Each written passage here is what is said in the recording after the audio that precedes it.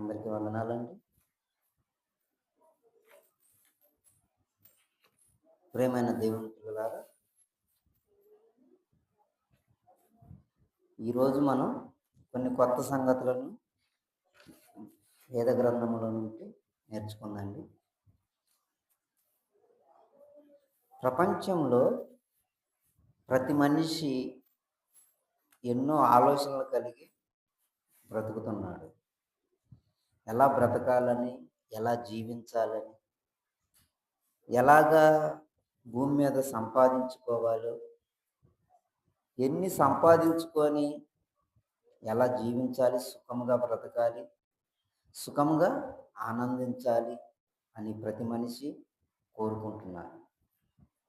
అంటే భూమి మీద పుట్టిన ప్రతి మనిషి అలాగనే ఉన్నారా అని అంటే అలాగనే ఉన్నారు. మరి దేవుడు ప్రేమించి మనకు ఏమి అనుగ్రహించిండు? ఒక మనిషి ప్రేమించితే తనకు ధనమో లేదంటే ఆస్తి ఏదో ఒకటి ఇస్తున్నాడు. కానీ దేవుడు ప్రేమించి మనకి ఏమి ఇచ్చాడు అంటే ప్రకృతినే మనకు ఇచ్చాడండి. ప్రకృతి పుట్టక మునుపు మనం పుట్టామా అంటే మనం కలగలేదండి. ప్రకృతి మొదట కలిగింది. 6వ దినమున మనలను దేవుడు చేశాడు. అయితే ప్రకృతిని ఎలాగ సృజించిండు, ప్రకృతిని ఎలా కలిగించిండు దేవుడు అని మనం చెప్పుకుంటే, తన నోటి మాటతో ప్రకృతిని కలిగించిండండి దేవుడు. అంటే ప్రకృతిని ఎలా కలిగించిందని మనం ఆలోచిస్తున్నాము అంటే, తన నోటి మాట వలన ప్రకృతి కలిగింది. మరి మనిషి అలా కలగలేలాగా జన్మించలేదా అని మనం ఆలోచిస్తే మనిషి జన్మ అలాగా జరగలేదండి. ఎందుకు మనిషి జన్మ అలాగ జరగలేదు అని మనం ఆలోచిస్తే, మనిషిని ఎక్కడి నుంచి నేలమట్టి తీసి దేవుడు చేసిండు అని మనం ఆలోచిస్తే, ఆదికాండము 2వ అధ్యాయము 7వ వచనంలో మనం చూడగలిగితే, దేవుడైన యెహోవా ఎక్కడి నుంచి తీస్తుందండి? దేవుడైన యెహోవా నేలమంటితో నరుణ్ణి నిర్మించి వాని నాసికారంధ్రములో జీవవాయువును ఓదగా నరుడు జీవాత్మాయను. ఎవరిని ఇక్కడ ఒకటి అర్థం చేసుకోవాలి. నరుడు ఎలా అయిందంట? జీవాత్మ. అంటే దేవుని నుండి వచ్చిన ఆత్మతో సంబంధం ఉందండి. మరి ప్రకృతికి ఆత్మతో సంబంధం ఉన్నదా అంటే లేదండి. మరి ప్రకృతి ఎలా కలిగిందంట? ఏమండి? ప్రకృతిని ఎలాగ కలిగించిండు అని అంటే తన చేతితో కలిగించిండండి. తన మాటతో పలుకగానే కలిగింది, చేతితో భూగోళాన్ని చేసింది. ఏమండి? మరి నేలమట్టితో ఎలా నిర్మించిందంట? దేవుడైన యెహోవా నేలమట్టితో నరుని నిర్మించిండు. అంతవరకు బాగానే ఉందండి. మరి నిర్మించిన తరువాత ఏం జరిగింది? ప్రకృతిలోకి ఏమన్నా జీవాత్మను పంపించిందా అంటే లేదండి. దేవదూతలను పంపించిండు. మరి జీవాత్మను ఎవరి దగ్గరకు పంపించిండు అంటే నేలమట్టితో తీసిన మన శరీరంలోనికి పంపించిందండి తన జీవాత్మను. ఎలా పంపించిందంట? దేవుడైన యెహోవా నేలమట్టితో నరుని నిర్మించి వారి నాసికారంధ్రములో జీవవాయువును ఓదగా నరుడు జీవాత్మాయను. ఏమండి? ఒక మనిషి పుట్టుక తరువాత పాపం చేయడండి. మరి ఎప్పుడు నుంచి పాపం చేస్తున్నాడు? ఆదాము కూడా పుట్టాక పాపం చేయలేదండి. నేను తినవద్దు అన్న వృక్షఫలం తిన్న తర్వాతే ఆదాము పాపంలోని పడిపోయింది. మరి ఈరోజు తల్లి గర్భంలో నుండి వచ్చిన మనం కూడా అలాగే ఉన్నామా అంటే మనం జన్మించేటప్పుడు పరిశుద్ధులుగానే జీవాత్మగానే జన్మిస్తున్నాము. భూమి మీదకి వచ్చిన మనము మన అవయవాలు ఎదిగి మన అవయవాలలో నుండి రూపించుకునే క్రమం వచ్చే టయానికి మనం పాపం చేయాలని మన అవయవాలు ప్రేరేపిస్తాయండి. మరి దేవుడు ఎలాగ చేసిండు? మరి స్త్రీని ఎలాగ చేసిండండి? స్త్రీని ఆదాము పక్కటెముకలో నుండి తీసి స్త్రీగా నిర్మించినను. ఏమండి? పురుషుణ్ణి అయితేనేమో మట్టిలో నుండి చేసిండు. మరి స్త్రీని ఎలా తీసిండండి? ఆదాము పక్కటెముకలో నుండి తీసిండు. ఏమండి ఆదాముకు ఒక పక్కటెముక తక్కువ ఉంటది కానీ మనకు ఉండదండి. ఎందుకంటే చాలా మంది చెబుతారు, పురుషుడికి అంత ఉంటదంట, స్త్రీకి ఒక ఎముక ఎక్కువ ఉంటదని చెబుతారండి. లేదండి. అది ఆదాము వరకే. ఎందుకంటే ఆదాము నుండి తీసింది ఎవరిని? అవ్వమ్మని. మరి ఇప్పుడు మనం చేసుకున్న మన భార్య ఎవరి నుంచి వచ్చిందండి? వారి తల్లిదండ్రుల నుంచి వచ్చిందండి. మరి మనకి ఎముక తక్కువ ఉండదు. చాలా మంది ఈ మాట పట్టుకొని, ఏమండి ఆదాముకు తక్కువగానే ఉంది కదా, మరి మనకు కూడా తక్కువ ఉంటుందని అంటారండి. లేదండి. అయితే ఇక్కడ ఎలాగ దేవుడు ఎలా చేసిండండి? నీలమంటితో నిర్మించి, దేవుడు ఎంత ప్రేమమయుడండి. ఈరోజు మనం అనుకుంటాం దేవుడు ప్రేమమయుడండి, కరుణామయుడు, దయామయుడు, ప్రేమ స్వరూపి అని అనుకుంటాం. ఆయన ప్రేమమయుడుగానే ఉన్నాడండి. ఎప్పుడు ప్రేమమయుడుగా ఉంటాడో తెలుసా? మనం దేవుణ్ణి ప్రేమించి, దేవుని పని చేసి, దేవుని కోసం బ్రతికి, దేవుని గురించి తెలుసుకొని, దేవుని సువార్తను ప్రకటిస్తామే, ఆ క్షణంలోనే మనం ప్రేమమయుడిగా ఉంటుందండి. మరి దేవుని మాటలు వినకుండా, దేవుని సువార్తను ప్రకటించకుండా, దేవుని జ్ఞానాన్ని సంపాదించుకోకుండా, మనకు నచ్చినట్టుగా మన జీవితం అంతా మనకు నచ్చినట్టుగా, మనకు సుఖమైనట్టుగా ఆలోచించి బ్రతుకుతాం చూడు, అప్పుడు ప్రేమమయుడిగా కరుణామయుడిగా వస్తాడు. శిక్షించే శిక్షకుడుగా ఉన్నాడు. ఏమండి దేవుడు ఎంత ప్రేమ అయితే మన మీద చూపిస్తాడో, ఎంత ప్రేమ అయితే మన మీద కురిపిస్తాడో, అంత కోపాన్ని కూడా మన మీద, అంత ఉగ్రతను కూడా మన మీద చూపిస్తాడండి. మనం చూడగలిగితే విలాప వాక్యములు 3వ అధ్యాయము 38వ వచనం చదువుకోగలిగితే, మహోన్నతుడైన దేవుని నోట నుండి ఏమండి కీడును మేలును బయలు వెళ్తున్నవి. ఏమండి కీడును మేలును బయలు వెళ్తున్నవి. ఎక్కడి నుంచి బయలు వెళ్తున్నాయి? పరలోకంలో సింహాసనం మీద కూర్చున్న దేవుని యొక్క నుండి భూమి మీదకు బయలు వెళ్తున్నాయండి. ఏమండి మేలు చేసిన వాడి కోసం మేలు బయలు వెళ్తుంది, కీడు చేసేవాడి కోసం కీడు బయలు వెళ్తుందండి. మళ్ళా చదువమ్మా. మహోన్నతుడైన దేవుని నోట నుండి కీడును మేలును బయలు వెళ్తున్నాయి. ఏమండి కీడు అని ఎందుకు ముందు పెట్టిండో తెలుసా? మనం మొదటగా చేసేది కీడే. మనం మొదట ఏ పని చేసినా మొదట ఎదుటి వారికైనా, మన కుటుంబంలో ఉన్న వారికైనా ఏం చేస్తాం? మనం మేలు చేస్తామండి, కీడే మొదట చేస్తామండి. కీడే మనం చేస్తాం. కానీ దేవుడు ఆ కీడు గురించి తెలుసుకోవటం కోసం చెబుతుండండి, కీడును మేలును బయలు వెలుచున్నవి. కిందకు చదవమ్మా. సజీవులు ఎలాగ మూలుగుదురు? నరులు తన పాప శిక్షను బట్టి ఎలాగ మూలుగుదురు? మన మార్గములు ఎలాగున్నవో, మన మార్గములు ఎలా నడుస్తున్నామో పరిశీలించి తెలుసుకోవాలి. ఏమండి మన మార్గములు ఎలాగున్నవో ఎలా తెలుసుకోవాలో కూడా మనకు నేర్పుతుందండి దేవుడు ఈరోజు. చదవమ్మా. మనం యెహోవా తట్టే తిరుగుదుము. మనం యెహోవా తట్టే తిరిగితే మనం ఏం చేయలేమంట? పాపము చేయలేమండి. దుష్కార్యములు మన యొద్దకు రావు. అహంకారం అనేది మన దగ్గర ఉండదు. దేవుని మాటలు మన యొద్ద నిలబడిన ఎడల మనం ఎంత ప్రేమ చూపిస్తామో తెలుసా అండి? దేవుడు మన మీద ఎంత ప్రేమ చూపిస్తున్నాడో అంత ప్రేమ మనం చూపించగలుగుతామండి. ఏమండి ఈరోజు మన కోసం ఎందుకు దేవుడు ఇన్ని మాటలు రాయించాడు? 66 పుస్తకాల్లో ఎందుకు మన కోసం రాయించాడు అంటే, ఏమండి మనం దేవుని ప్రేమ ఏంటో తెలుసుకోవాలనండి. దేవుని ప్రేమ ఎలా ఉందో తెలుసుకోవటం కోసమేనండి మన కోసం ఈ మాటలు రాయించాడు దేవుడు. ఒక స్త్రీ అంట తన గర్భాన పుట్టిన తన బిడ్డను మరిచిపోయిందంటండి. ఏమండి దేవుడు అసలు భలేగా అసలు మన కోసం ఎంత గొప్పగా రాయించిందంటే, చదువుతారు ఆ మాట. యెషయా గ్రంథంలో ఉంటుందండి. యెషయా గ్రంథం 49వ అధ్యాయము 15-16 వచనాల్లో ఉంటుందండి. స్త్రీ తన గర్భము పుట్టిన బిడ్డను కరుణింపకుండా చంటి పిల్లను మరుచున వారైన మరుసుతురు గాని నేను నిన్ను మరవను. ఏమండి ఇందాక ఏమని చదువుకున్నాం అండి? మనల్ని ఎక్కడి నుంచి చేసిందంటే నీళ్ళ మట్టితో నరుని నిర్మించి వారి నాసికారంధ్రంలో జీవవాయువు అనేది అక్కడ చెప్పిందండి. ఇక్కడికి వచ్చే వాళ్ళకి చూడుము నేను అరచేతులలో నిన్ను చెక్కికొని ఉన్నాను. ఏమండి, ఇప్పుడు మనం ఒక గృహం కట్టాలి అన్నా, ఒక రోడ్లు వేయాలి అన్నా, ఏమండి, ఏదన్నా ఒక కట్టడాలు కట్టాలన్నా కానీ ముందు ఒక మ్యాప్ తీసుకుంటామండి. ఒక పెన్ను పేపరు తీసుకొని దాని మీద ఒక లైన్ గీసుకొని దాన్ని ఒక మ్యాప్గా తీసుకుంటాం. ఎందుకు మ్యాప్ తీసుకుంటాం?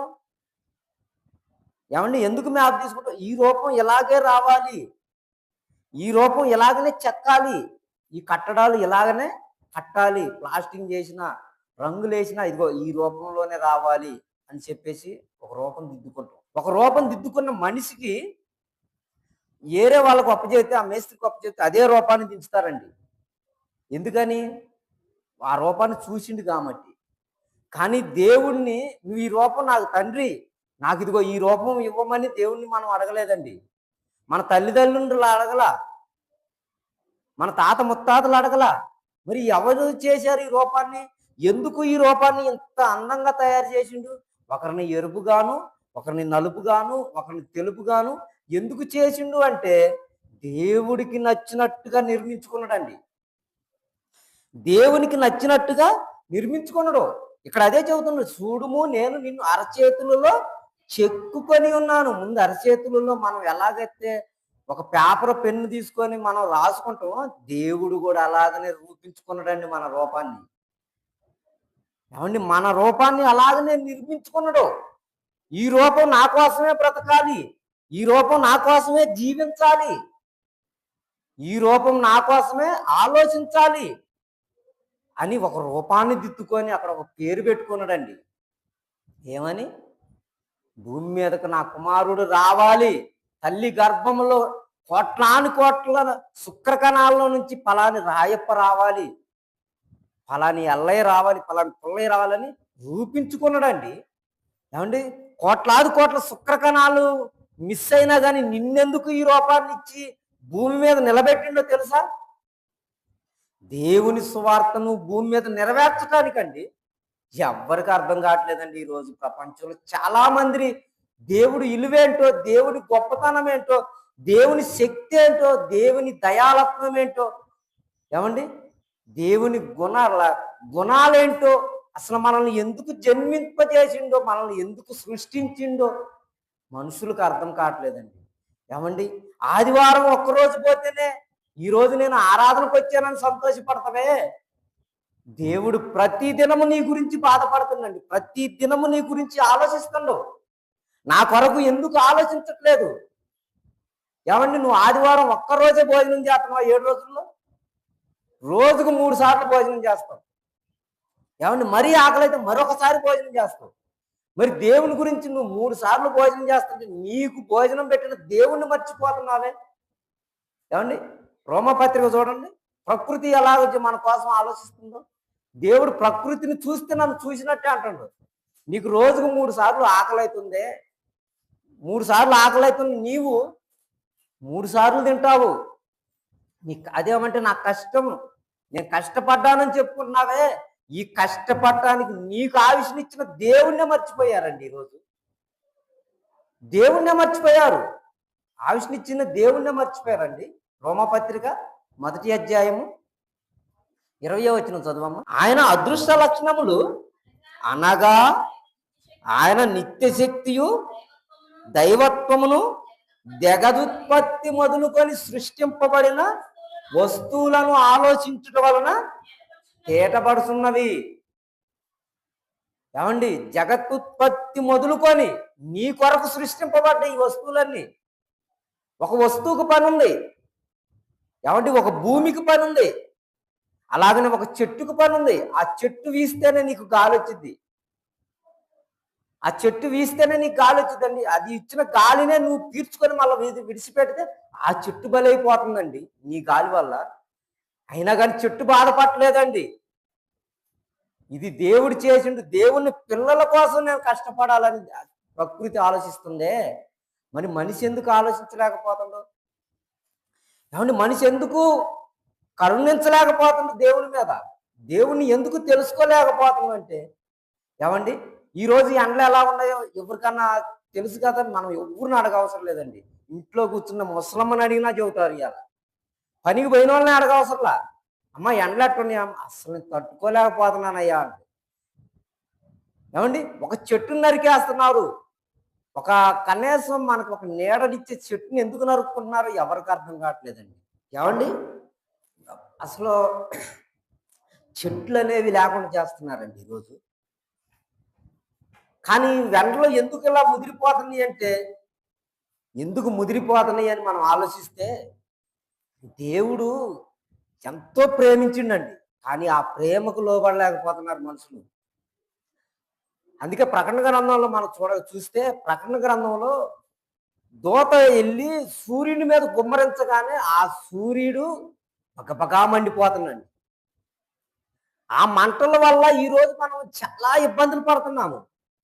మరి ఇవన్నీ ఎందుకు జరుగుతున్నాయి? వారు నా మాట వినుట లేదు. వారికి ఇది నిజమైన సరైనదే, సరైన శిక్షే వేస్తున్నా అంటుండండి. ఏమండి ఈరోజు మనం ఆనందిస్తున్నామే, ఈ ప్రకృతి మనకు దేవుడే చేసిండండి. ఒక చెట్టు మనకు నీడస్తుంది అంటే ఆ చెట్టు మనకి దేవుడే చేసిండు. ఏమండి ఈరోజు మనం ఒక ఇంట్లో కూర్చొని బ్రతుకుతున్నాము అంటే ఈ ఆవిష్కారం కూడా దేవుడే మనకిచ్చాడు. మరి ఈ ఆవిష్కారంలో నువ్వు ఇచ్చిన దేవుడిచ్చిన దేవుని కోసం నువ్వు ఏం చేస్తున్నావు? ఇక్కడ ఏమంటుండండి, తన సంటి బిడ్డను తల్లైన మరుచునేమో కానీ నేను నిన్ను మరువను, ముదిని వచ్చు వరకు ఎత్తుకొని ముద్దాడు వాడను నేనే. ఏమండి ఒక చిన్న బాబు ఉంటే, చిన్న పాప కానీ బాబు కానీ ఉంటే మనం ఒక 2 సంవత్సరాలు 3 సంవత్సరాలు లేదంటే ఒక 4 సంవత్సరాలు ముద్దాడతామండి. దేవుడు మనల్ని పుట్టక మునుపు నుండే మళ్ళా చనిపోయేంత వరకు కూడా మనల్ని ముద్దాడుతానంటున్నాడు. ముదిని వచ్చు వరకు ఎత్తుకొని ముద్దాడవాడను నేనే. ఏమండి ఏంది అసలు అంత దేవుడు అంత ప్రేమమయుడండి, అంత గొప్పవాడా? ఏమండి యోబు గారి సందర్భాల్లో మనం వెళ్ళి చూడగలిగితే, కొన్ని సందర్భాల్లో మనం చూస్తే యోబు గారికి ఎంతో ఆస్తి ఉంది, ఎన్నో అంతస్తులు ఉన్నాయి. ఏమండి అలాగనే పిల్లలు కూడా ఉన్నారు, 10 మంది పిల్లగాళ్ళు కూడా ఉన్నారు. కానీ ఒక్కసారి ఎలా జరిగిందో తెలుసండి, ఒక్కసారిగానే అందరూ నిమిషాల మీద వచ్చి అవుతున్నారండి. నీ 10 మంది పిల్లగాళ్ళు చనిపోయారు, నీ ఎడ్లు చనిపోయినాయి, నీ గాడిదలు చనిపోయినాయి, ఆవులు చనిపోయినాయి, నీ పంటలు చనిపోయినాయి. చివరికి నీవు నీ భార్య ఉన్నారయ్యా, ఇది అందించడానికి నేను ఒక్కనే బ్రతుకున్నానని చెప్పినప్పుడు యోబు గారు కుప్పగోలుతారండి. ఏమండి ఆ క్షణంలో, అంత భయంకరమైన క్షణంలో కనుక మనకు జరిగితే మనం దేవుణ్ణి ప్రేమిస్తామండి? ఆలోచించండి, దేవుణ్ణి దూషిస్తామండి. కానీ యోబు గారు ఏమన్నాడో తెలుసా? భార్య దూషిస్తుంటే యోబు గ్రంథం 2వ అధ్యాయంలో ఉంటుందండి. 2వ అధ్యాయం 10వ వచనం. అతని భార్య వచ్చి, ఏమండి యోబు గారు ఇడిచిపెట్టలేదంట, భార్య ఒప్పుకుంటుందండి, సాక్ష్యం ఇస్తుంది భార్యే. ఏమని చెబుతుంది? ఇంకను నీవు యథార్థతను వదలకుందువా, దేవుణ్ణి దూషించి నేను ఆల్రెడీ దేవుణ్ణి దూషించాను, నాకు దేవుడు అంటే ఇష్టం లేదు, ఎందుకంటే నాకు ఆస్తి తీసేసిండు, పిల్లగాలను తీసేసిండు, అంతస్తులు పోయినాయి, నా సుఖభోగాలు మొత్తం పోయినాయి, ఒంటి మీద బంగారం పోయింది, అంతా పోయింది, నేను దేవుణ్ణి అయితే దూషించాను, ఇక నువ్వు కూడా దేవుణ్ణి దూషించి సావు అని అంటుందండి. ఏమండి భార్య విడిచిపెడితే భర్త విడిచిపెట్టకుండా ఏమంటుండో తెలుసా? మూర్ఖురాలు మాట్లాడినట్టు మాట్లాడుతున్నావు, యెహోవా ఇచ్చును యెహోవా తీసుకునిను, యెహోవా నామమునకు శృతి కలుగును గాక. ఏమండి ఏందండి అంత గొప్ప భక్తుడు అండి ఈ రోజు ఉన్నారండి? అంత గొప్పగా బతికే భక్తులు ఉన్నారండి?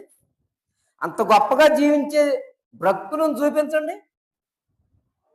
ఏమండి 2 రోజులు బాగా భక్తితో బ్రతికితే, బాగా బైబిల్ చదువుకుంటే, తెల్లారే నీ కొడుకో నీ పిల్లలో నీ భార్య వచ్చి చదువుకోకుండా చేస్తారు, ఇక నువ్వు చదువుకో. మళ్ళీ ఆదివారం వచ్చినప్పుడే బైబిల్ తెస్తావు. ఆదివారం దాకా ఈ బైబిల్ ఎక్కడ ఉంటుందండి? బీరువాలో భద్రంగా ఉంటుందండి. బీరువాల భద్రంగా ఉంటుంది. కొంతమంది అయితే బీరువా దియ్యంగానే బైబిల్ కారణం తెల్లగొడ్డ ఒకటి తీసుకుని మళ్ళీ నల్లగొడ్డ కర్రగొడ్డ కాదండి, తెల్లగొడ్డ తీసుకొని శుభ్రంగా తుడిచి మళ్ళీ ఆ బీరువాలు ఆ తూడుతుంటే ఈ తల్లి తుడిచి చదువుకుంటదేమో అనుకుంటున్నాం. దేవుడు అంతే అనుకుంటాడండి. ఈ తల్లి వచ్చింది ఇక నన్న చదువుకుంటదేమో అనుకుంటాడంట. కానీ మళ్ళా భద్రంగా తుడిచి ఆరబెట్టిద్దంటండి. ఏమండి, బైబిల్ తోడటానికా? నీ ఒంట్లో ఉన్న కుళ్ళును కడుక్కోవడానికండి బైబిల్ మన చేతికి ఇచ్చింది దేవుడు. మన ఒంట్లో ఉన్న కుళ్ళు కడుక్కోవడానికి ఎందుకు ఇచ్చిండు? ఏమండి, సంకలో పెట్టుకొని బైబిల్ ఆదివారం ఆరాధనకి వెళ్ళటానికండి? ఇంట్లో పెట్టుకొని దెయ్యాలు పోతాయని చెబుతారు కొంతమంది. ఏమండి, బైబిల్ పట్టుకుంటే దెయ్యాలు పోవటం కాదండి, నీ ఒంట్లో ఉన్న పాప రోగాలు పోవటానికండి. రోగాలంటే మనకు శరీరానికి వచ్చే రోగాలు కాదండి, పాపం అనే రోగం మనలో నుండి పోవటానికి. ఏమండి, ఒక చేపను మనం తీసుకొస్తే ఆ చేపను అలా వండుకొని తినమండి. మరి ఎలా తింటాం? దాన్ని శుభ్రంగా దాని ఒంటి మీద ఉన్న పలుసులు కట్ చేసి దాన్ని ఎంత తీసివేసి దాని కడుపులో ఉన్న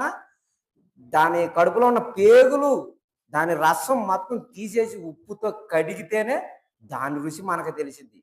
అలా వండుకొని తింటారండి? తినలేరు. మనం బైబిల్ దగ్గరకు వచ్చిన మనం కూడా అలాగే ఉండాలండి. మన ఒంటి పైన ఉన్న శరీరం కాదండి దేవుడికి ముఖ్యమైనది, మన హృదయంలో నుండి వచ్చేది, మన హృదయంలో నుండి బయటికి వెళ్ళేది కావాలి. అది ఎలా ఉండాలంటండి? మన హృదయ ఆలోచనలు ఎలా ఉండాలంటే దేవునికి అనుకూలమైనది గాను ఉండాలండి. యేసుక్రీస్తు వారు ఒక మాట అంటాడండి, లోపలకు పోయినది మనుషుని అపవిత్రపరచుదు కానీ అనగా లోపల నుండి బయలు వెళ్ళినది మనుషుని అపవిత్రపరచును. అది ఏంటి? అది మన హృదయంలో నుండి ఇది ఏమొస్తుందండి? దురాలోచనలను, అపవిత్రతను బయలు వెళ్తున్నాయి. వీటి వలన మనిషి అపవిత్రపరచబడతాడు. ఎదటివాడి గురించి నువ్వు కీడుగా చెప్తేనో, ఎదటివాడి గురించి నువ్వు చెడుగా మాట్లాడితేనో, దూషిస్తేనో వీటి వలన నీకు కీడు జరిగిద్ది. నువ్వు తినే ప్రతి పదార్థం వలన నీకేం జరగదండి, అది కడుపులో పోయి మళ్ళా బైరభూమిలో విడవబడును అన్నాడు యేసుక్రీస్తు వారే. కాబట్టి కడుపులో పోయేది మన శరీర బలాని కోసమే తప్ప మన పరలోకాన్ని కోల్పోవడానికి కాదండి. నువ్వు ఏది తిన్నా దేవునికి మొరపెట్టుకొని ప్రార్థన చేసుకొని తిన్న ఎడన అది పరిశుద్ధపరచబడినని ఈ పౌలు గారు ఎన్నో సందర్భాల్లో చెబుతున్నాడు. మరి ఇంత చేస్తున్నా కానీ ఆ రోజు ఎందుకు మరి యోబు గారు దేవుణ్ణి దూషించలేదండి? ఎందుకు దూషించలేదు అంటే ఆయన ఎంత నమ్మకం కలిగి ఉన్నాడో తెలుసా దేవుని మీద? చాలా నమ్మకం కలిగి ఉన్నాడండి. ఈరోజు మనకు ఆస్తులు కలిసి వస్తేనో అంతస్తులు కలిసి వస్తేనో మనం దేవుణ్ణి నమ్ముతాం.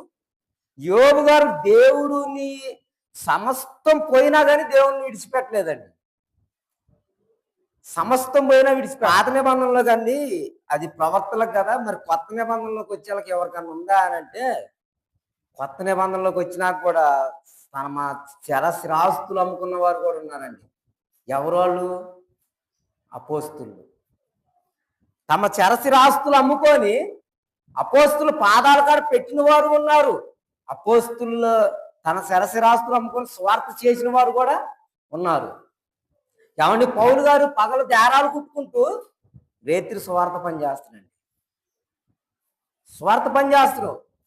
మరి ఈరోజు అలా చేస్తున్నారా? ఈరోజు అలా కష్టపడుతున్నారా అంటే అసలు కష్టపడటానికి వారానికి 3 రోజులు పోవడానికే కష్టపడలేదు. ఇక పౌలు గారు అలా మనం ఎలా కష్టపడతామండి? ప్రతిరోజు మన పనికి మనం వెళ్ళాలండి. ఎందుకంటే మన కుటుంబాన్ని పోషించాలి కదా. మన కుటుంబాన్ని ఎవరి మీద ఎందుకు వేయాలండి భారం? ఎవరో ఎందుకు పోషించాలి? నీ కుటుంబాన్ని నువ్వే కాపాడుకోవాలి, నీ కుటుంబాన్ని నువ్వే కట్టుకోవాలి. నీ తండ్రి పని నీ కుటుంబంతోనే జరిగించాలండి. పౌలు గారు పగలు దారాలు కుట్టుకుంటూ రాత్రి స్వార్థ పనులు చేసుకుంటూ తన శిష్యులను కాపాడుకుంటూ ముందుకు నడుచుకుంటూ వెళ్ళిపోతుందండి. తన శిష్యులు ఎవరు? తిమోతి గారండి. నా ప్రియ కుమారుడు అని చెప్పుకుంటాడు తిమోతి గారి పేరు. ఏమండి? ఎన్నో సందర్భాల్లో భూమి మీద బ్రతికిన వారిలో మనం చూడగలిగితే వాళ్ళందరూ కూడా దేవునికి మహిమొచ్చేటట్టు చేశారా? లేకపోతే దేవునికి విరోధంగా చేశారండి? దేవునికి మహిమొచ్చేటట్టుగానే అపోస్తలులు బతికారు. ఏమండి? ప్రవక్తలు బ్రతికారు, పితరులు బతికారు. మరి ముఖ్యంగా యేసుక్రీస్తు వారు సమస్తము రక్షించడానికి రక్షకుడిగా వచ్చాడండి.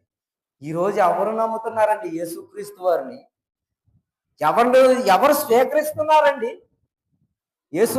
యేసుక్రీస్తు వారి గురించి మనం ఏదన్నా మాట్లాడితే మేము వింటున్నాం కానీ ఎలా వింటున్నావు? ఆయన వాక్యాన్ని ఎలా అంగీకరిస్తున్నావు? ఎలా తెలుసుకుంటున్నావు? అవును, అందుకే యేసుక్రీస్తు వారు ఒక మాట అంటున్నాను, మీరు ఏమి వింటున్నారో మీరు జాగ్రత్తగా చూసుకునుడి, మిమ్మును మీరు మోసపరుచుకోకండి. మీరు వినే వాక్యము బైబిల్లో అలా ఉన్నదో లేదో మొదట చూసుకొనిడి అనడు. ఏమండి? ఒక సింహపు పిల్లను మనం జ్ఞాపకం చేసుకుంటే, సింహపు పిల్లలంట తల్లి ఆహారం తేటానికి పోతే దేవునికి మొరపెడుతుందండి. చదువుతారా మాట? యోబు గ్రంథం 38 అధ్యాయం 39. ఆడసింహము నిమిత్తము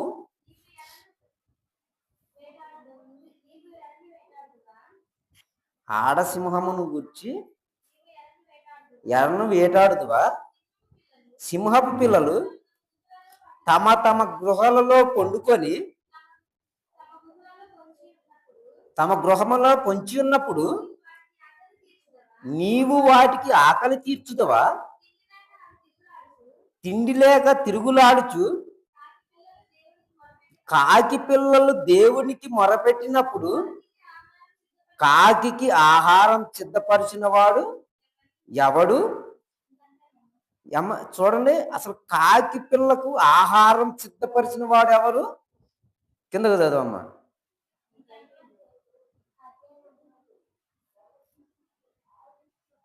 ఏమండి? దేవుడు కాకి పిల్లకు ఆహారం సిద్ధపరుస్తున్న, సింహపు పిల్లకు ఆహారం సిద్ధపరుస్తున్నాడు. కొంతమంది అంటారు, పనికెళ్ళి పని చేసుకొని సంపాదించుకొని నాకు డబ్బులు మిగలలేదండి అని చెప్పుకుంటారు. కానీ ఈ డబ్బులు దేవుడి దగ్గర తేకూడదండి. మీకు మిగిలినయో మిగలలేదు అది నీ ఇంట్లోనే ఉండాలి. కానీ దేవునికి చేయాల్సిన పని నువ్వు చేయాలి. ఏమండి? దేవునికి నువ్వు ఏం చేయాలో, దేవుని పని నువ్వు ఎలా జరిగించాలి, భూమి మీద నీకు జన్మను ఎందుకు దేవుడు కలిగించిండు, దీని గురించి తెలుసుకోవాలండి. కొంతమంది కలిసి రాకపోతే నేను ఆడకపోతే కలిసి వచ్చింది, ఎక్కడికి పోతే కలిసి రాదండి. సోమరిపోతులాగా పొద్దాలుగా ఇంట్లోనే కూర్చుంటే ఆ సోమరితనం ఇంట్లోనే ఉంటుందండి. నువ్వు పనికి వెళ్తే నీ దగ్గర ఉన్న సోమరితనం పక్కకు పోయి నువ్వు నిత్యము ఆనందపడే సంపాదన నీలో ఉంటుంది. దేవుడు అదే చెబుతుండండి, కష్టపడే వాడికే జీతం ఇస్తానంటుండు. యేసుక్రీస్తు వారు మరలా వచ్చినప్పుడు కష్టపడే వారికి జీతం ఇచ్చుటకు నేను మరలా వస్తున్నాను, వాని క్రియల చొప్పున నేను జీతం ఇచ్చుటకు మరలా వస్తున్నాను అంటాడండి. ఏమండి? మనం ఒక పనికి పోతే పని చేయకుండా డబ్బులు ఇస్తారండి మనకి? ఇవ్వరు. మరి అలాగనే మనం బైబిల్ చదవకుండా మనకు జీతం ఎత్తడండి దేవుడు? దేవుని స్వార్థ ప్రకటించకుండా మనకు జీతం ఎత్తడా? దేవుని క్రియలో మనం బయలుపరచకుండా మనకు జీతం ఎత్తడా? అంటే మనం దేవుని పని చేస్తేనే జీతం ఎత్తడండి. ఏమండి? మిమ్మల్ని దేవుడు మీ ఆస్తులు ఏమైనా అడగట్లేదు, మీ అంతస్తులు ఏమైనా అడగట్లేదు, మీ కోట్లు ఏమైనా అడగట్లేదు, మీ స్థలాలు ఏమైనా అడగట్లేదండి దేవుడు. మరి ఏమడుగుతున్నా? నీ హృదయాన్ని ఇవ్వమని అడుగుతుండండి. నీ హృదయములో కొంత చోటు నాకు ఇవ్వయా అంటాడు. అది చేసుకుంది ఎవరు? దేవుడే. మళ్ళీ దేవుడు చేసుకున్న స్థలంలోనే మళ్ళీ ఆయన స్థలం అడుగుతుండండి, ఆయన చోటు అడుగుతుండు. ఏమండి? ఈ 6 అడుగుల ఆకారాన్ని చేసింది ఎవరు? ఇందా మనం చదువుకున్న నేల మట్టితో నరుని నిర్మించి వారి నాసికారంధంలో ఆయన జీవాత్మను పంపించుకున్నాడు. ఆయన పంపించుకున్న జీవాత్మను నువ్వు భూమి మీదకి వచ్చాక ఏం చేస్తున్నావు? ఆయనకు కాకుండా చేస్తున్నావండి. తరతరముల నుండి మాకు నివాస స్థలము నీవే, పర్వతములు భూమి పుట్టక మునుపు నీలోనే మేము ఉన్నామని చెబుతుందండి. 91 కీర్తనలో ఉంటుంది. ఏమంటే తరతరముల నుండి ఆయన మనకు నివాస స్థలం ఎవరు? దేవుడు. ఇప్పుడు మనకు కట్టిన నివాసంలో ఆయన వస్తానంటే మనం ఎవరు అంటే రానికుండా ఉండటానికి? కానీ మనకు ఇంకొకడు ఉన్నాడండి, వాడే అపవాదిగాడు. వాడు ఏం చేస్తాడో తెలుసా?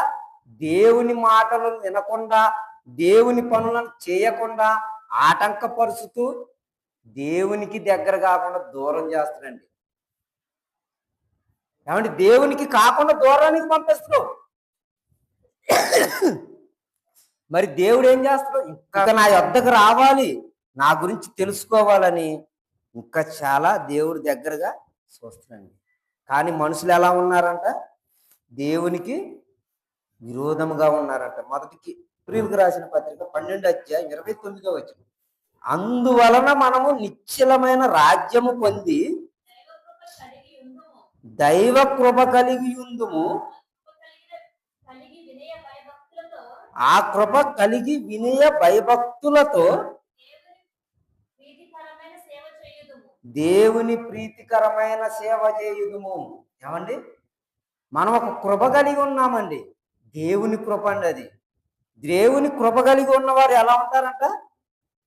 దేవుని ప్రీతి కలిగి భయభక్తులు కలిగి ఉండాలంటండి. ఏలయనగా మన దేవుడు దహించు అగ్ని అయి ఉన్నాడు. ఏమండి, ఇక్కడ ప్రేమ చూపించిండు. దేవుడు ప్రేమామయుడు, కరుణామయుడు, దయామయుడు, ప్రేమ స్వరూపి. మనల్ని ప్రేమించేవాడుగా వచ్చిండు. మన కొరకు ప్రాణాలు పెట్టిండు. మన కొరకు శిలువలో శరీరాన్ని రక్తాన్ని కాచి మనల్ని ప్రేమించి మనకు రక్షణనిచ్చిండని మనం చెప్పుకున్నామే. ఇప్పుడు ఇంకో మాట చెబుతుందండి. దేవుడు ఎలా ఉన్నాడంట? ఏలాయనగా దేవుడు దహించు అగ్ని అయి ఉన్నాడు. ఇవన్నీ విడిచిపెడుతున్నాడు. ఇప్పుడు నేను ప్రేమిస్తానని నమ్ముతున్నావా? అయితే నా గురించి ప్రకటించు, ఆ ప్రేమ నీకు దక్కిద్ది. నేను క్షమించేవాడు నమ్ముతున్నావా? క్షమించేవాడుగానే బ్రతుకు, నేను నిన్ను క్షమిస్తాను. ఇవన్నీ విడిచిపెట్టి నేను నీ కొరకు ఆలోచించిన ప్రభావ, నేను నీ కొరకు తెలుసుకోను తండ్రి, నా ఇష్టానుసారంగా నేను బ్రతుకుతాను, నా ఇష్టానుసారంగా నేను జీవిస్తాను, నాకు నచ్చినట్టుగా నేను భూమి మీద బ్రతుకుతానని నువ్వు బ్రతుకుతావా? ఇప్పుడు ఏమంటాను తెలుసా? ఏలయనగా దేవుడు దహించు అగ్ని అయి ఉన్నాడు. ఆ అగ్నిలో నువ్వు మండాలండి. ఇప్పుడు ఆల్రెడీ మనం భూమి మీద మండుతూనే ఉన్నాం. ఎలా? ఎండ ద్వారాగా మండుతున్నాం, ఎండ ద్వారాగా కాలిపోతున్నాం. ఈ ఒక్కరా ఎండకే నువ్వు అల్లాడి ఆకులు వేసుకుంటూ ఏసీలు తెచ్చుకొని చెట్ల కింద కూర్చొని నీళ్ళల్లో కూర్చొని ఎండకు తట్టుకోలేక నీళ్ళల్లో కూర్చునే వాళ్ళు కూడా ఉన్నారండి. మరి ఇవన్నీ నువ్వు ఎండకు తట్టుకోలేక నువ్వు అల్లాడి ఆకులు మేస్తున్నావే. ఆయన దహించు అగ్ని అయి ఉన్నప్పుడు అగ్నిలో పడవేస్తే నీ పరిస్థితి ఏంటి? నీ పరిస్థితి ఏంటండి? అగ్నిలో పడవేస్తే నీ పరిస్థితి ఏంటి? ధనవంతుడు అదే చెప్పుకుంటుండండి. భూమి మీద ఉన్నప్పుడు ధనవంతుడు దేవుని కోసం బ్రతకలా. భూమి మీద ఉన్నప్పుడు తన స్నేహితులను కానీ సహోదరులను కానీ బతికించాలని ఆలోచించలా. ఏమండి, మరి ఎక్కడికి వెళ్ళాక ఆలోచిస్తుండో తెలుసా? చనిపోయిన తర్వాత ఆలోచిస్తున్నావు. లోకాసువార్త 16:25 ఉంటది. లోకాసువార్త 16:25 అట్లా అనకు తండ్రి, తండ్రివైన అబ్రహామా అట్లా అనకు అని మాట్లాడుతుండండి. ఏం భూమి మీద ఉన్నప్పుడు ఆ అబ్రహాం గారు గుర్తు రాలేదా? అబ్రహాం గారు ప్రేమించిన దేవుడు గుర్తు రాలేదా? ఏమండి, ఇది మోషే కాలంలో జరిగిన సందర్భం కదా. ధనవంతుడు మోషే కాలంలో ఉన్న సందర్భం ఇది. అందుకు అబ్రహాము, కుమారుడా నీవు నీ జీవిత కాలం అంతయు, ఈరోజు మనం బ్రతుకుతున్నాం చూడు, ఈరోజు మనం సంపాదించుకొని ఈరోజు మనం బ్రతుకుతున్నాం చూడు. ఎలా బ్రతుకుతున్నాం? సంపాదించుకొని తాగుడు తందనాలు, ఏమండి ఎమ్మలని సిగరెట్లని, ఏమండి ఈరోజు ఎవరు నన్ను కదిలించండి, చిన్న పిల్లగాన్ని కదిలించినా కానీ ఫుల్లుగా తాగొస్తుందండి. ఉదయం లేవగానే మళ్ళా పండుకోబోయే వరకు కూడా తాగుడేవారమేనండి. ఈరోజు చిన్న పిల్లగాన్ని కూడా కదిలించకపోతున్నాం. ఒక తల్లిదండ్రులు చెప్పినా కానీ, ఒక బంధువులు చెప్పినా కానీ ఆ తాగుడుకు బానిస ఏం చేస్తున్నారు తెలుసా? వారికి నచ్చినట్టుగా వారు బ్రతుకుతున్నారండి. ఆ రోజు ధనవంతుడు కూడా అలాగనే బ్రతికిందండి. బహు సుఖభోగాలు అనుభవించిండు, సన్నపనార వస్త్రములను ధరించుకున్నాడు, ఆనందముతో రంకెలు వేసిండండి. ఈరోజు కూడా అదే జరుగుతుందండి. ఇలా జరుగుతుంది అంటే యేసుక్రీస్తు వారి రాకడ దగ్గరలోనే సిద్ధపడి ఉన్నదండి. ఇకనైనా మనం మారు మనసు పొంది, ఇకనైనా మనం దేవుణ్ణి తెలుసుకోకపోతే ఏం జరిగిందో తెలుసా? మనము కూడా ఇప్పుడు ధనవంతుడు ఎలా ఉన్నాడో మనం కూడా అలాగనే ఉంటామండి. చదువమ్మా. అట్టనరాదు తండ్రివైన అబ్రహామా.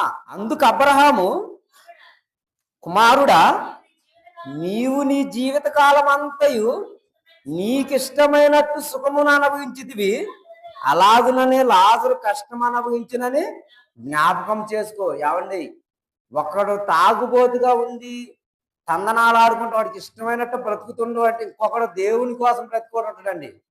ఎందుకంటే దేవుడి మీద నేరం వేసుకోడు, ఎప్పుడు సాక్ష్యాన్ని ఉంచుకుంటాడు దేవుడు. ఒకవేళ మనుషులు సాక్ష్యం లేకుండా మాట్లాడతారేమో కానీ దేవుడు ఉండడండి. ఒకవేళ తండ్రి నాకేమైనా సువార్త తినిపించివా, నాకేమైనా చెప్పించవండి అని అనడానికో తెరేస్తాడు. తెర ఎత్తే ఎట్లా తెలుసా? ఈరోజు అగ్ని మండుతుంది చూడు, సూర్యగోళం మండుతుంది చూడు, ఆ సూర్యగోళం మండినట్టు నీకు ఒక తెరేస్తాడండి. అక్కడ ఏముండదు, ఆడ మాటలు గేట్లు ఏముండవు. ఏడుపటం, పళ్ళు కొడవటం, ఏడవటం, పళ్ళు కొడవటం, ఇదే పని. కింద చదువమ్మా. లాజరు కష్టం అనుభవించినని జ్ఞాపకం తెచ్చుకొనుము. ఇప్పుడైతే వాడు ఇక్కడ నెమ్మది పొందుతున్నారు. ఎందుకంటే నేను భూమి మీద దేవుని కోసం బ్రతికిన వాడు చనిపోయి ఇప్పుడైతే నెమ్మది పొందుతుండు. నీవు దేవుని కోసం భూమి మీద బ్రతకలేదు కాబట్టి నీవు యాతన పడుచున్నావు. అంతేకాక ఎక్కడి నుండి నీ వద్దకు దాట కోరువారు రాకున్నట్టును, అక్కడ వారు మా యొద్దకు రాకున్నట్టు నీకును మాకును మధ్య అగాధము, మహా అగాధము ఉంచబడి ఉన్నది. ఇప్పుడు కింద చదవమ్మా. తండ్రి ఇక్కడ చూడండి, బాగా ఆలోచించు. భూమి మీద ఉన్నప్పుడు తన 5 సహోదరులు గుర్తుంచుకున్నాడండి. గుర్తుంచుకోలేదని అంటే ఫంక్షన్లకు వెళ్తారు, పార్టీలకు వెళ్తారు, అన్నిటికీ వెళ్తారు, కానీ ఒక్కటే గుర్తులేదు ఆయనకి. ధనవంతుడికి ఏం గుర్తులేదు? చనిపోతే నేను నరకానికి పోతానని ఆ ధనవంతుడికి అక్కడ గుర్తులేదు. మరి ఎప్పుడు గుర్తొచ్చింది? ఇప్పుడు చెబుతుండండి. అయితే తండ్రి, నాకు భూమి మీద 5 సహోదరులు ఉన్నారు, వారు ఈ ఏదనకరమైన స్థలముకు రాకున్నట్లు వారికి సాక్ష్యం ఇచ్చుటకే లాజరును పంపించమంటుండండి. ఎక్కడ నుండి అక్కడ నుండి ఎక్కడ దాటిపోకుండా దేవుడు మహా అగాధం ఉంచితే ఆ అగాధం దాటి మళ్ళీ భూమి మీద కొత్తడండి. ఏమండి, అట్టన్నా ఒకవేళ పంపి అని అడిగితే పంపిస్తారేమోనని ధైర్యం అండి. ఎందుకంటే భూమి మీద నేను అట్టా మారలేదు. భూమి మీద ఎంత స్వార్థ ప్రకటించినా నేను ఆలకించలేదు, దేవుణ్ణి తెలుసుకోలేదు. తండ్రి, నేను ఈ యాతకరమైన స్థలంలో చాలా వేదన పడుతున్నాను, ఇక్కడికి నా సహోదరులు రాకుండా చేయి తండ్రి అని మొరపెట్టుకుంటుండండి. ఏమండి, మొరపెట్టుకుంటుండు. ఎవరు అంటున్నారండి? తన కుటుంబం గురించి ఆలోచిస్తుండు. కానీ ఎంత తెలివి ఆలోచించిండో చూడండి. అక్కడ తన గురించి ఆలోచించట్లా. నేను ఎట్టా యాతనకరమైన స్థలంలో చనిపోయి పడిపోయా, ఇక నా గురించి వదిలే, వాళ్ళు రాకుండా చూడమని అబ్రహాం గారిని వేడుకుంటుండండి. అప్పుడు అబ్రహాం గారు ఒక మాట చెబుతూ, లాజరు అక్కడ పోవాల్సిన అవసరం లేదయ్యా, లాజరు అక్కడ పోయి సాక్ష్యం ఇచ్చినా మారవాళ్ళు, అందుకు అక్కడ మోషేయు ప్రవక్తలు ఉన్నారు, వారి మాట వినిన ఎడల మారతారు అంటున్నారు. ఒకవేళ వినకపోతే వాళ్ళని మార్చడం ఎవరి తరం కాదని చెబుతున్నారు. ఏమండి, మోషే గారు ఏమన్నా తక్కువ వాడండి? నా ఇల్లు అంతటిలో నమ్మకమైన వాడు అని చెప్పిండు దేవుడు. ఆ మోషే గారు చెబితేనే వాళ్ళు నమ్మట్లేదు. ఏమండి, ఆ మోషే గారి కాలంలోనే ఈ ధనవంతుడు కూడా ఉన్నాడా లేదా? మరి ఈ ధనవంతుడు కూడా అప్పుడు నమ్మలేదు అంటే వాళ్ళు ఎట్లా నమ్ముతారండి? ఈ రోజు కూడా అదే జరుగుతుందండి. ఈ రోజు కూడా అదే జరుగుతుంది. మనం ప్రకటించే సువార్త, మనం చెప్పే వాక్యము మన బంధువులు కూడా మారాలనేనండి. మనం చనిపోయాక వాళ్ళు మారతారో మారో మనం చూడం. కానీ అక్కడ పోయాక ఒకవేళ మనం దేవుని కోసం బ్రతికితే ఎలా ఉంటామంట? లాజర్ గారు ఎలాగైతే అబ్రహాం గారి దగ్గర నెమ్మది పొందుతుండో మనం కూడా అలా నెమ్మది పొందుతామండి.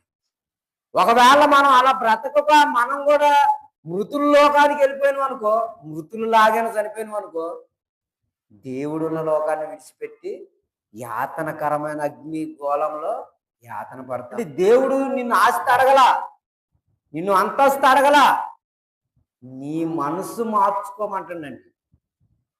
ఈరోజు మనం పనికి పోతే అతనికి పని చేస్తే మనకు డబ్బులు ఎత్తరు, కానీ మన హృదయాన్ని మార్చుకొని దేవునికి సాయం చేస్తే ఏం సాయం? సువార్త ప్రకటిస్తే మనకు జీతం ఎత్తనంటండి. ఇదేమైనా కష్టమైన పని అండి? ఇదేమైనా కష్టమైన పని అండి? నెత్తి మీద వేసుకొని బరువు మోసేది కాదు, కష్టపడేది కాదండి. కానీ దేవుడు మనకి ఏమిస్తుందో తెలుసా? ఆయన పని చేస్తే నిత్యము ఆనందం ఉండే లోకాన్ని ఇస్తారు. అసలు ఆ లోకం ఎలా ఉందో ఒకసారి మనం చూడగలిగితే ప్రకటన గ్రంథము 9వ అధ్యాయం 15వ వచనం. అందువలన వారు దేవుని సింహాసనం యొద్ద ఉండి రాత్రి పగలు ఆయన ఆలయంలో వారు సేవించుతున్నారు, ఆయనను సేవించుతున్నారు. సింహాసన ఆసీనుడైన వాడు తానే తన గుడారమును వారి మీద కప్పును.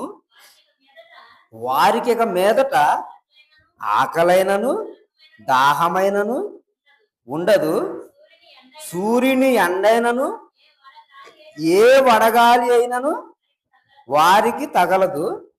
ఏలయనగా సింహాసనము మధ్య నుండి గొర్రెపిల్ల వారికి కాపరి అయి జీవజలము బుగ్గ యొద్దకు వారిని నడిపించెను. ఏమండి, దేవుణ్ణి నమ్మిన వారు ఎలా ఉంటారంట? ఆకలైనను దప్పికైనను దాహమైనను సూర్యుని ఎండైనను ఏ వడగాలైనను ఉండదు. కిందకు చదువమ్మా. దేవుడే తన కన్నుల బాష్ప విందు నుండి తుడుచును, తన బాష్ప విందు కన్నుల నుండి తుడుచును. ఏమండి, ఎంత ప్రేమ చూపిస్తుందండి దేవుడు. నా కోసం బ్రతికిన ఎడల నీ కళ్ళల్లో నుంచి కన్నీరు కూడా రాదంటుండండి. ఏమండి, తుడిచి వేసేస్తున్నట్టు. అక్కడ సూర్యుని ఎండైనా ఉండదు, ఇక్కడ సూర్యుడు ఎండ ఉంటుంది. అక్కడ ఆకలైనను ఉండదు, ఇక్కడ ఆకలి ఉంటుంది.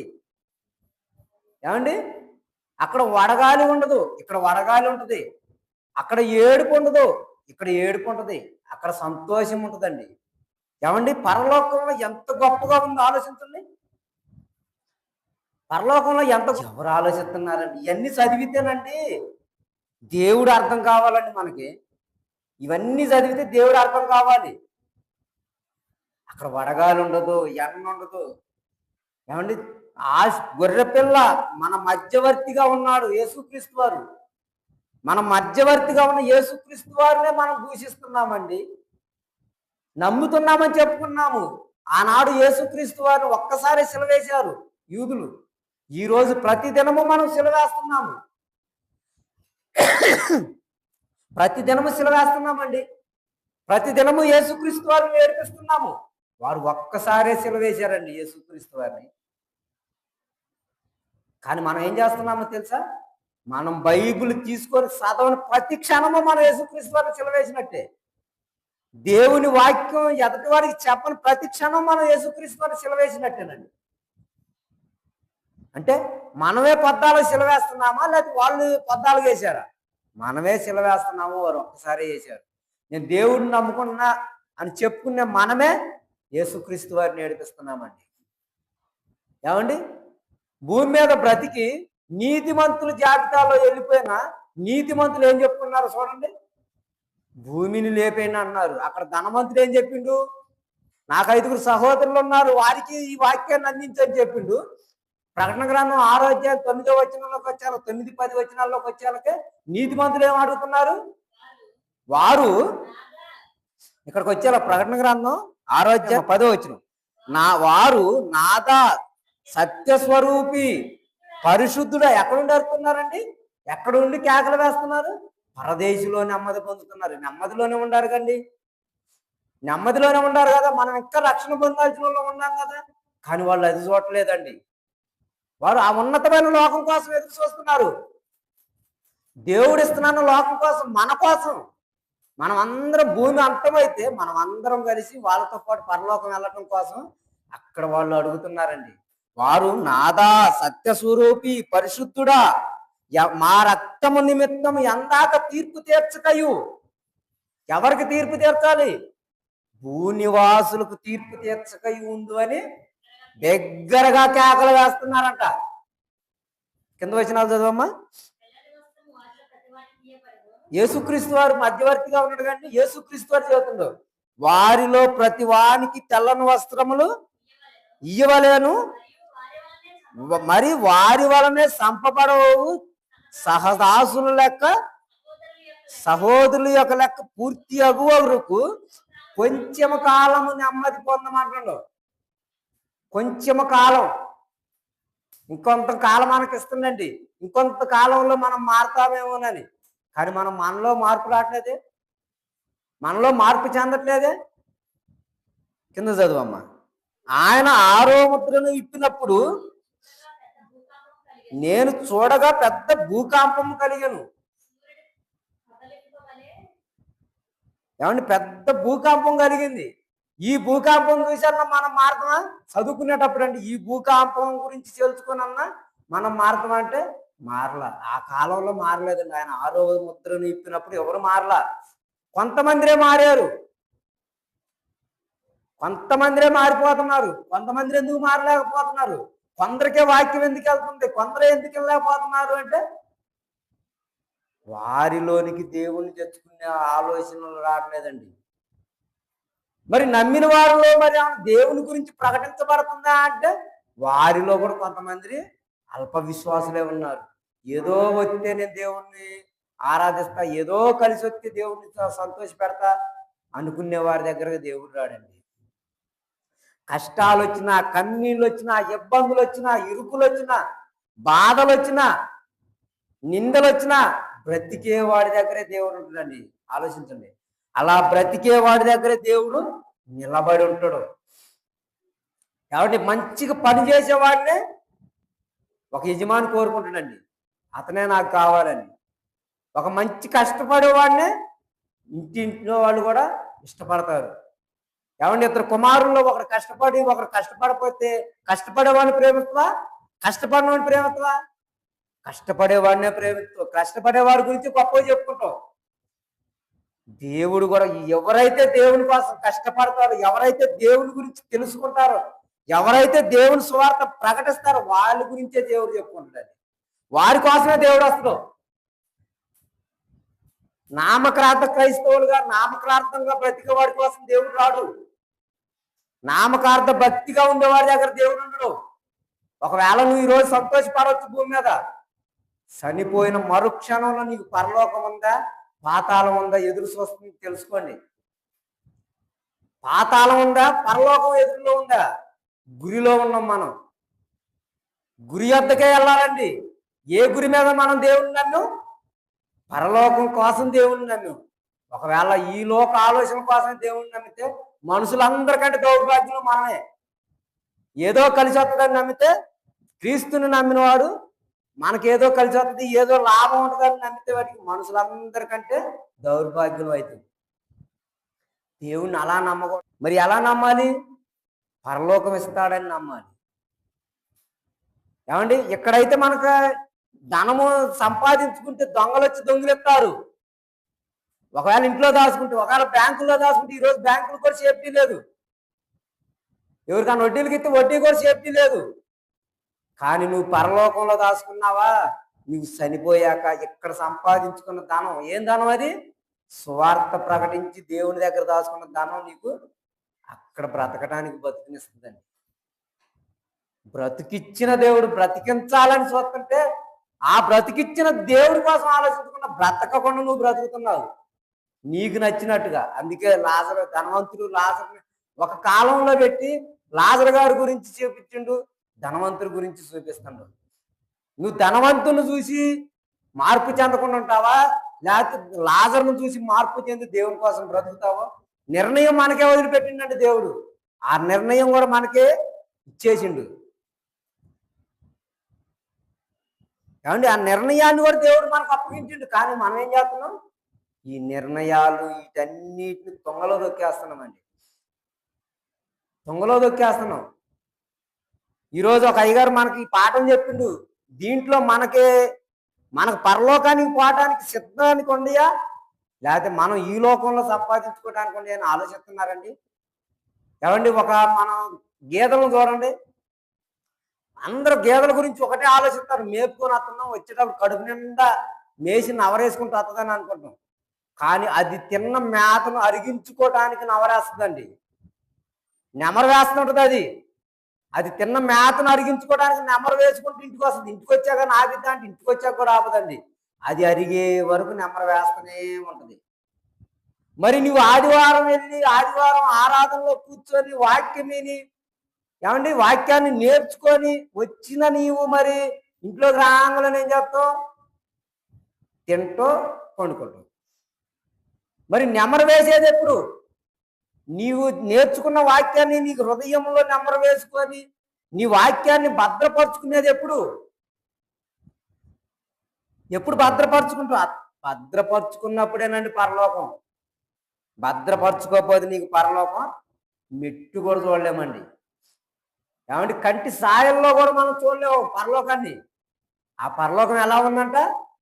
అక్కడ ఎండైనను, వడగాలైనను, ఆకలైనను, దప్పికైనను, దాహమైనను ఉండదు. ఇక్కడ దప్పిక ఉంటుంది, దాహం ఉంటుంది, వడగాలు ఉంటుంది. మన ఇంట్లో వాళ్ళతో ఇబ్బందులు ఉంటాయి, మన పొరుగురులతో ఇబ్బందులు ఉంటాయి, మన స్నేహితులతో బాధలు ఉంటాయి. ఏమండి, మన బంధుమిత్రులతో గొడవలు ఉంటాయి ఇక్కడ. కానీ పరలోకం పోతే ఏముండదంట? అందరు స్నేహితులేనండి. ఏమంటే అందరు స్నేహితులే. ఇప్పుడు నాకు నేర్పిన ఆయన ఒకవేళ ఇక్కడ లేడు అనుకోండి అండి, చనిపోయింది అనుకో, నేను కూడా పరలోకానికి వెళ్ళాను అనుకో, నేనేమని అడుగుతాను తెలుసా? అన్నయ్య, నువ్వు ఆ రోజు నాకు నేర్పిన వాక్యమే ఈ రోజు నన్ను కూడా నీతో పాటు పరలోకం తెచ్చింది అన్నయ్య అని నేను చెప్పుకుంటా. ఆయనకు ముందు నేర్పిన ఆయన గురించి ఏం చెబుతుంది తెలుసా? అన్నయ్య, నువ్వు నేర్పిన వాక్యమే నన్ను పరలోకం తెచ్చిందన్న అని ఒకరికొకరు చెప్పుకుంటా. అక్కడ ఏమవుతావు? స్నేహితులు అయితే అక్కడ గొడవలు ఉండవండి, అక్కడ వేదనలు ఉండవండి, అక్కడ మనసుపార్థలు కూడా ఉండవు. అక్కడ ఏముంటాయి అంట? యుగాలు ఆనందం, యుగాలు దేవుని చూసుకుంటూ సంతోషం. ఆ సింహాసనాన్ని చూసుకుంటూ, తండ్రి నువ్వు మమ్మల్ని గొప్పగా భూమి మీద బ్రతికించును, నీ కొరకు మేము బ్రతికొచ్చామని సంతోషంగా బ్రతుకుతామండి. ఆ సంతోషకరమైన జీవితమే పొందుకోవాలని దేవుడు ఈ మాటలు మీకు నేర్పిస్తున్నాడండి. ఇంత వాక్యాన్ని ప్రేమించి దేవుడు మనకి ఎందుకు ఇచ్చాడో తెలుసా? తన ప్రియ కుమారుణ్ణి ప్రేమించి మనకు బలిగా ఇచ్చాడండి. మనం చేసే ప్రతి పాపాన్ని తీసివేయడానికే యేసుక్రీస్తు వారి శిలువలో బలైందండి. యేసుక్రీస్తు వారు మన కొరకేనండి శిలువలో బలైంది. మన పాపాలకు తీసివేసి మనకు రక్షణ ఇవ్వడానికి యేసుక్రీస్తు వారు శిలువలో బలియాగం జరిగింది. మరి ఇలాంటి బలియాగం నువ్వు కూడా నీ సహోదరుల నిమిత్తం జరిగిస్తున్నావా? నీ సహోదరుల నిమిత్తం సువార్తను ప్రకటిస్తున్నావా? వాళ్ళకి అందిస్తున్నావా? తెలుసుకోండి. నేర్చుకున్న మనము కూడా అనేకులకు ప్రకటించి దేవుని పనిలో ఉండి దేవుని సువార్తలో పాలుభాగస్తులై దేవుడున్న పరలోకానికి చేరుకోవాలని కోరుకుంటూ ఈ నా మాటలు ముగిస్తాను.